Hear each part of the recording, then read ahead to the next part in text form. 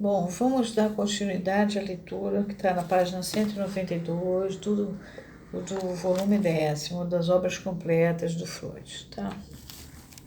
E ver se a gente se ajusta aqui. Outras observações do paciente, no entanto, apesar de também estarem centradas em sua dama, mostravam um mecanismo diverso e deviam sua origem, não sei se ele usa a palavra origem ou gênese, a um instinto, também não sei se ele está usando a palavra instinto ou pulsão, parece mais que sim, que está usando pulsão, diferente. Por quê? Porque parece, porque ele aqui não está se referindo à nossa parte animal. E por que não origem? Porque ele não era chegado a uma ontologia. Então, pode ser que tenha usado origem como um termo vulgar, mas pode ser que tenha dito gênese. Não estou com a edição alemã aqui perto. Além de sua mania de emagrecer, ele construiu toda uma série de outras atividades obsessivas no período em que a dama veraneava, atividades essas ao menos em parte relacionadas diretamente com ela, a dama. Certo dia, passeando de barco em companhia dela, soprava um fortíssimo vento e ele teve de obrigá-la a pôr o gorro dele, pois se formulara em sua mente a ordem que nada deveria acontecer a ela. Esse nada deveria acontecer a ela está em itálico e tem uma nota. Para completar o sentido dessa ideia, faz-se necessário acrescentar as palavras, abre aspas, pelo que ela viria a ter, pelo que ele, o homem dos ratos, viria a ter culpa.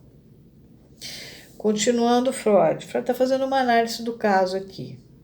E isto era uma espécie de, abre itálico, obsessão de proteger. E teve outros efeitos além deste. Em outra ocasião, durante uma tempestade, enquanto estavam sentados juntos, ele ficou obcecado e não era capaz de saber a razão, com a necessidade de contar. Essa necessidade de contar está em itálico, até 40 ou 50, no intervalo entre um raio e o trovão que o seguisse. Isso tudo, gente, é da neurose obsessiva, são efeitos do transtorno obsessivo-compulsivo quando a estrutura obsessiva entra na ação mais pesada. Mas Freud até então não sabia nada de estrutura, ele estava descrevendo os fenômenos. No dia em que ela devia partir, ele bateu com o pé numa pedra da estrada e foi obrigado, em itálico, a afastá-la do caminho, pondo-a à beira da estrada, pois lhe veio a ideia de que o carro dela iria passar dentro de poucas horas pela mesma estrada e poderia acidentar-se nessa pedra. Contudo, minutos depois, pensou que era um absurdo e foi, entre itálico e itálico, obrigado a voltar e restituir a pedra à sua posição original no meio da estrada. Depois que ela partiu, ele se viu presa de sua obsessão, em itálico, por compreensão, em itálico, por compreensão em itálico também, que o tornou uma praga para todos os seus amigos. Forçou-se a compreender o significado exato de cada sílaba que lhe dirigiam, como se, de outro modo, estivesse perdendo um precioso tesouro.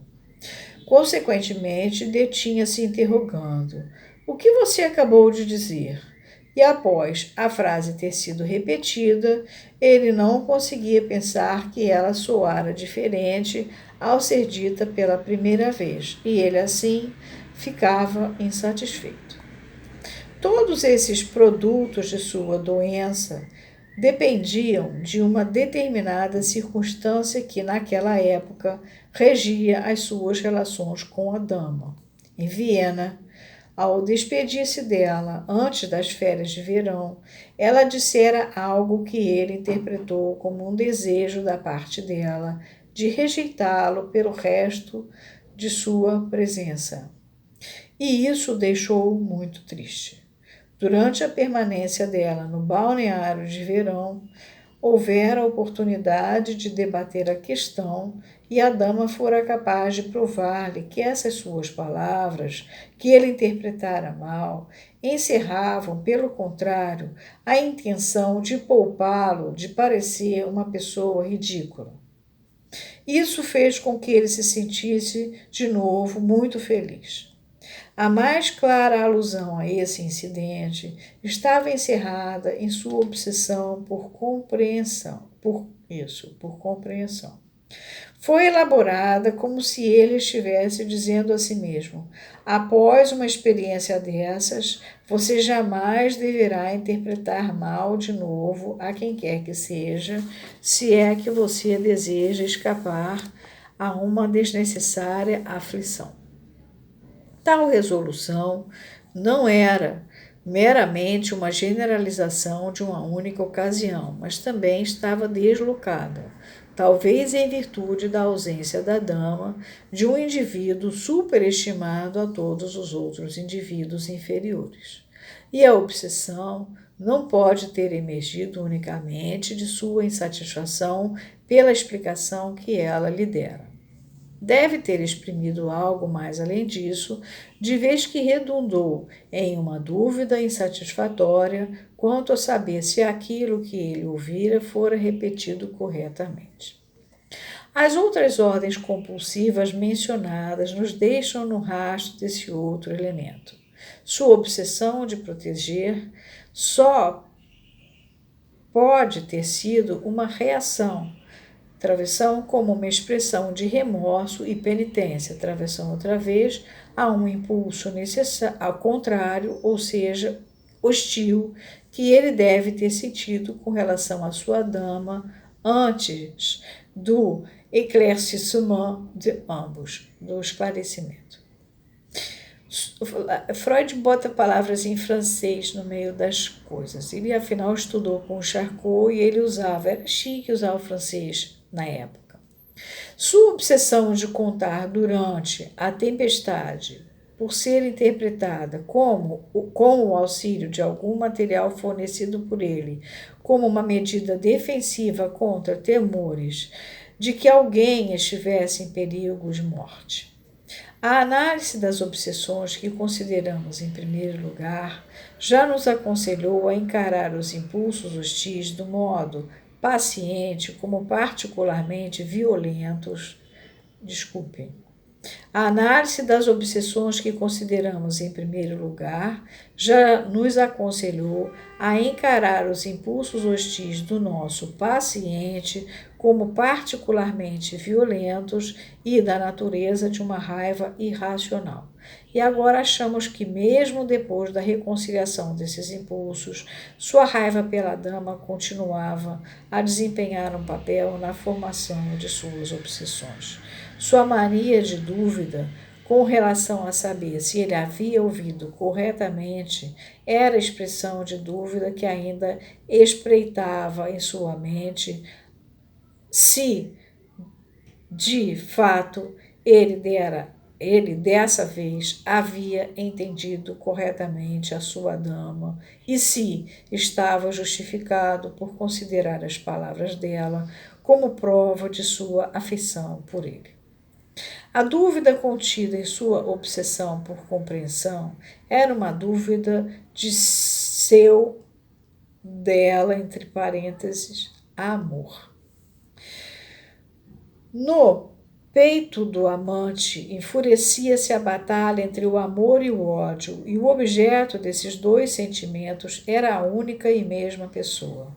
A batalha era representada numa forma plástica por seu ato compulsivo e simbólico de remover a pedra da estrada pela qual a dama iria passar, desfazer depois esse ato de amor mediante a restituição da pedra ao lugar onde estivera, de modo que o carro viesse a acidentar-se nela e a dama se ferisse. Não estaremos fazendo um julgamento correto dessa segunda parte do ato compulsivo se o encarregássemos à primeira vista apenas como um repúdio crítico de uma ação patológica, embora seja uma parte que foi determinada por um motivo contrário àquele que produziu a primeira parte. Atos compulsivos como este, em 2 estádios sucessivos, quando o segundo neutraliza o primeiro, constituem uma atípica ocorrência nas neuroses obsessivas. Naturalmente, a consciência do paciente interpreta-os mal e formula um conjunto de modificações secundárias que os explica, em suma, que os racionaliza. Aí diz assim, conferir Jones em 1908. A palavra racionaliza está aqui em itálico. Racionalização é um mecanismo de defesa do ego, conforme a gente sabe. Sua reação, mas ele não sabia de ego nessa época. Sua real significação, nem Diana Freud teorizando. Sua real significação, contudo, reside no fato de serem eles representação de um conflito entre 2 impulsos opostos de forma aproximadamente igual.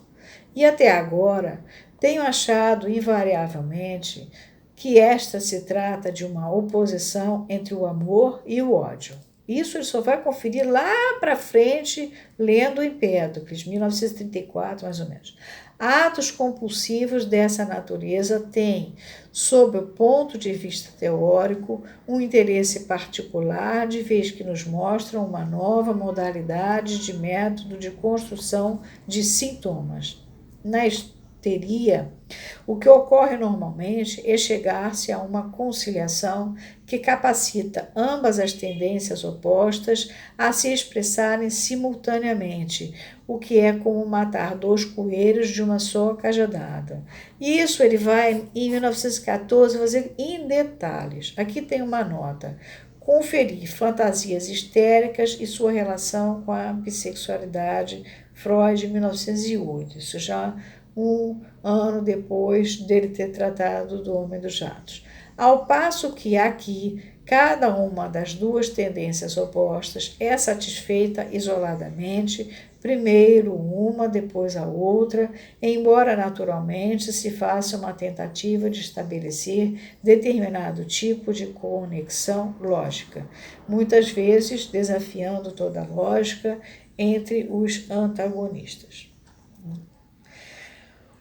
Aí vem uma nota. Um outro paciente obsessivo certa vez me narrou a seguinte história. Um dia passeava em Schönbrunn. Ver nota de rodapé na página 19. Quando tropeçou num galho que estava no chão. Ele o apanhou e o atirou para dentro da sebe que cercava o caminho. Quando voltava para casa, fui subitamente acometido de uma preocupação de que o galho, ficando nessa sua nova posição, pudesse se projetar um pouco para fora da sebe e ferir alguém que passasse pelo mesmo lugar depois dele. Sentiu-se então obrigado a saltar do bonde, correr até o parque, reencontrar o lugar e restituir o galho à sua posição anterior, embora qualquer um outro, além do paciente, teria visto que, pelo contrário, seria definitivamente mais perigoso para os transeuntes sua posição original do que na sebe onde ele o pusera.